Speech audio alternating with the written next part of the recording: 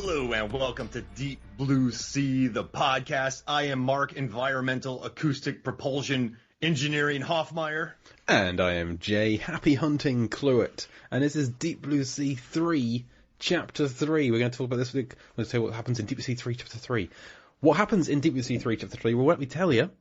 Dr. Richard Lowell, Lucas, and the cast of Magic Mike, Brown, Shill, and Earls, go diving around the nursery looking for the bull sharks, any sign that they may have been there. Meanwhile, Dr. Emma Collins goes diving alone to set up more sensors to detect more areas of the reef, with Mia guiding Emma via the Triton. Lucas and his team split up, with Brown being sent deeper. Emma sets up another sensor, but as she crests the reef, she sees two great white sharks, dead on the seabed with giant bites having been bitten out of them. Richard finds Emma, and Mia warns them of an approaching bull shark. The divers all look around, but cannot see either the bull shark or Brown, until the latter is spotted in the distance, heading their way using his DPV. As he nears Emma and Richard, they realise not all of Brown is approaching them, just the top half, dead, with his intestines trailing behind and clouding the water with his blood. Everyone surfaces safely, and Emma and Shaw confront Richard for not warning them that the bulls prey on great white nurseries as a reliable food supply. Richard's theory is that the super smart bull sharks are adapting to climate change faster, and as such are acting aggressively towards everything. Lucas, Shill, and Earls have a topless conversation about Brown's death before heading back out. Back in the lab, Shaw tells Emma he doesn't trust Richard, and Emma tells Spin to trace the tracker that was in Bella. Richard and Lucas show up to explain their plan of drawing out the bull shark using an underwater drone dispensing seal guts. They also reveal that whilst their aim is to tranquilize the sharks and take them in alive, they also have explosives to kill them if necessary, which could also potentially destroy the already fragile and falling apart Little Happy. That's what happens in Deep Blue Sea 3, Chapter 3. Mark, who's joining us this week to talk us about this chapter? We have a returning guest once again. We had to bring her back after covering Deep Blue Sea 2, and now Zenande Boetes is back for Deep Blue Sea 3, Chapter 3. And I also like that you had tracing the tracker, and that you had a lot of rhymes in there, Jay, and you delivered that beautifully. Entirely unintentional. Coming back. Oh, that was great, Jay. Well done. Thank you hit it. You hit the mark every week. I love it. Yeah, I wanted to say, I'm Zenandi, I need a beer, Boetes. Oh, yeah, we should have given you a chance for a nickname.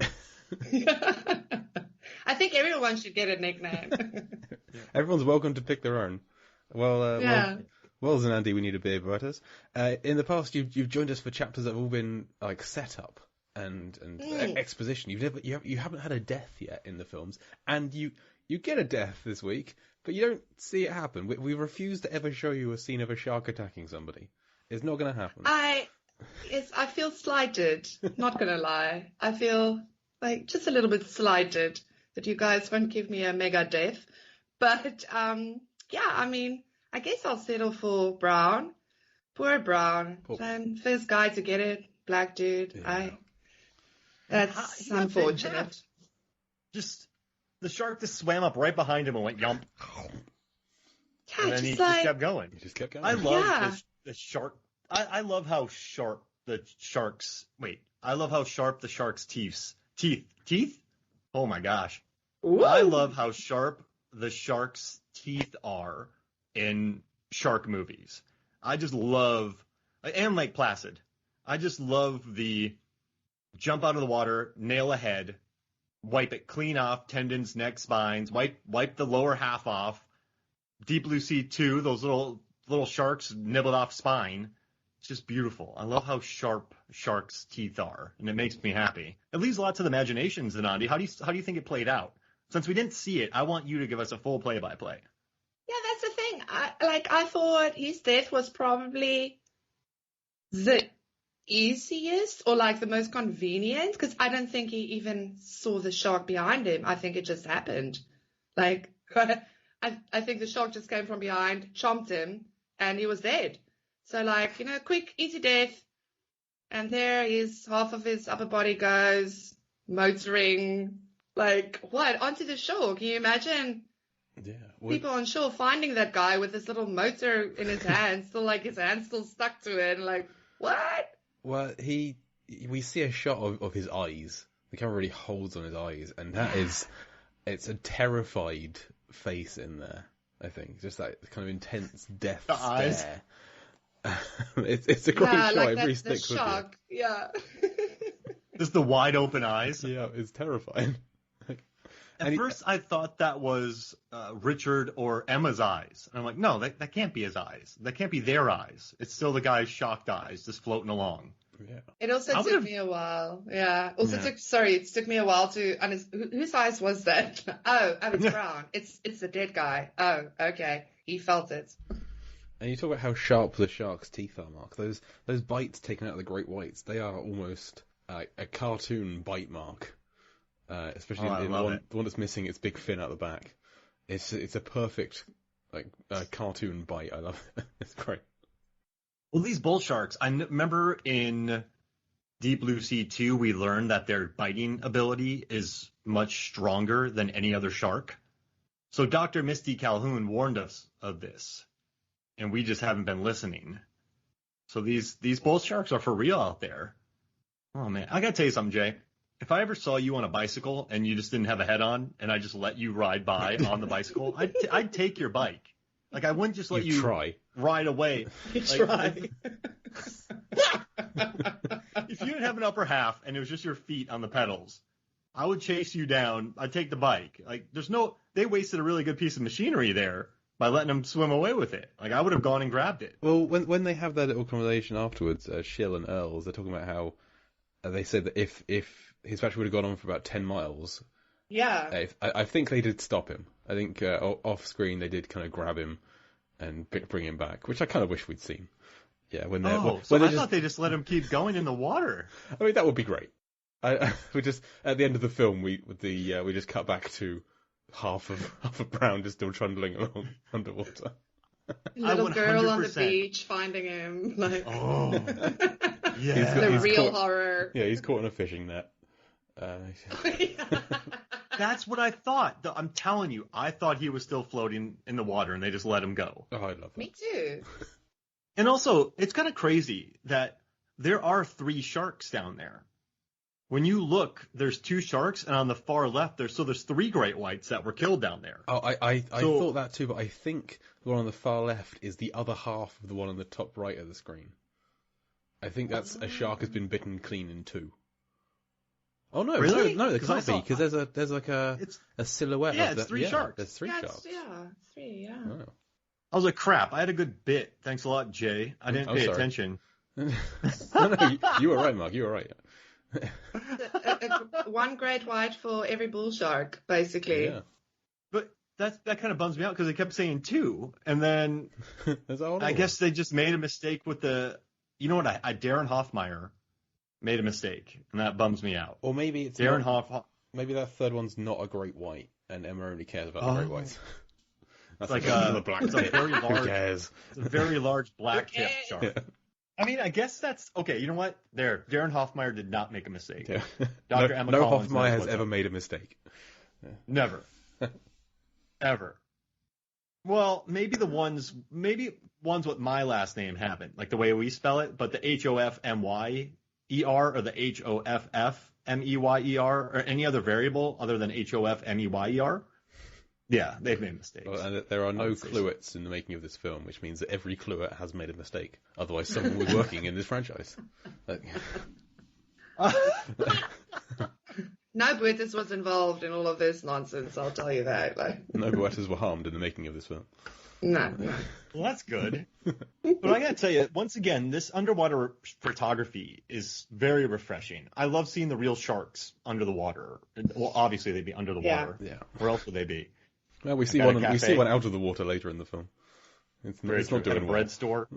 Yeah. Oh yeah, that did really bad. Okay, good. So I dig the underwater. I feel like I like the underwater photography. They took us there, and it kind of immerses you in that. And I dig it because I was thinking about this. Deep thoughts. There's not many submerged deaths in shark movies. So you think about Quentin being eaten, or the first kill in Jaws. She's still above the water. People completely underwater. Yep, Scoggins, McAllister. And I wrote down some other, like in 47 meters down, 1 and 2, but I can't talk about that because you haven't seen them, Jay. Sorry. There are, like Jaws 3 has some epic ones. So Shelby and, Fitzroyce have some good ones. But the underwater shark killing movies are quite rare. I was thinking, like, Jaws 2, they're all on catamarans or boats. Jaws 4, banana boat kill, yes. But very rarely, shallows, So the submerged, completely underwater shark death is quite rare Yeah, in shark cinema. Deep Rising had no underwater deaths, if I recall. Yeah, it's all just on the cruise liner. Yeah. So it's quite. I was thinking about that today. Like, there's not many. I mean, I know it's expensive. You have to go underwater, crawl, none. But yeah, you have to just. I don't know. You probably have to spend money to go under the water to film it. It's got to be harder to orchestrate. Yeah. That's what. But it makes me love Scoggins' death even more now, because that's a submerged leg twitch of a death. Yeah, it's the best. It's the greatest. I mean, the Meg kills some whales underwater. Yeah, but that feels almost easier because that's all going to be CGI, isn't it? You haven't got to stick an actor down there and hold your breath and also act and do it 20 times. Yeah, and also make the water murky with like the blood coming out and whatever. I think it's tricky and like it's interesting how like Deep Blue Sea made it creative, because you need to find creative ways to actually film it underwater. So it's not just this murky mess. Mm-hmm. Yeah. It's interesting. I just blew everyone's minds. Yeah, everyone's driving around right now, walking around. Like, that song by REM, Everybody Hurts? Like, there's that. Like, everyone's just walking around like they're listening to that song, just kicking rocks. Yeah, just kicking rocks and thinking about what I just said. It's gonna be okay, you guys. Right? It's gonna be okay. People in their cars just pulling over on the side of the road, crying. That's when Everybody Hurts. Feel the sunshine on the skin. It's gonna be okay. It's gonna be okay, everyone. We're gonna get you through this. Keep listening. Don't. Or Losing My Religion. They could be walking around to that one. Not What's the Frequency, Kenneth. Definitely not that. It has to be REM. Are we set on? It has to be. Okay. What about Stand? It has to be REM. Yeah. Stand. Oh. You can't walk around to stand. You have to stand still to stand. But yeah, Everybody Hurts. Just if I had a Triton for crying people right now, I would there'd be a lot of crying around the world because of them thinking about underwater deaths in shark movies. Well, you can only see 65% of them until this chapter when Emma's placing some new sensors and she plugs in a sensor. It looks pretty straightforward what she's doing. She just kind of turns it on and like another 15% of the screen lights up. So she was absolutely right last week to have been annoyed at Spin. Like, we've only got 65% when it's this easy to just put in another sensor and just like delete half of the map or half of the blank space. It's funny you said that because I got annoyed at Spin today as well watching that clip again because Zanandi, you're a boss. I want to get your idea on this. You're a boss, and you have a team. You have an MIT wizard, and you have an environmental acoustic propulsion engineer just crushing it, right? You have very smart people working for you. You walk up to them, and you're like, hey, how much coverage do we have under the water? And they go, about 65%. Would you be happy? Yeah, what percentage would make you happy? I mean, you're going to give me at least 75. At least. At least. We did this last week, and I was like 95, 100, I don't know. Whatever. Yeah, listen, I would, yeah. I like that. 75? I would, listen, just because, like, shame, it's not me doing it, they're doing it, so I'll give them the benefit of the doubt. If it was me, I wouldn't settle for anything less than 95%, absolutely. But, yeah, like, 65, yeah, I wouldn't be too happy. All it seems to have taken is to dive down there, screw in this little canister about the size of a spray paint can, and turn it on. And hey, it's done. Why? How long have they been here? They've been here 3 years. Why haven't they done this before now? What's going on? Yeah, my problem is like, I mean, we start off the whole movie with Dr. Emma doing a water blog. It's more of a vlog, but anyway. Well, I think the vlog aspect is relatively new. So she's doing that whole thing. She's there. She could just as well have like stuck things on. But no, we're doing a blog rather than just actually, like, why didn't she ask that question before? Yeah, it's for the movie and whatever, but like you say, they've been there a while. Why? And you know where the blind spots are. So, yeah, I didn't really follow that. Spin.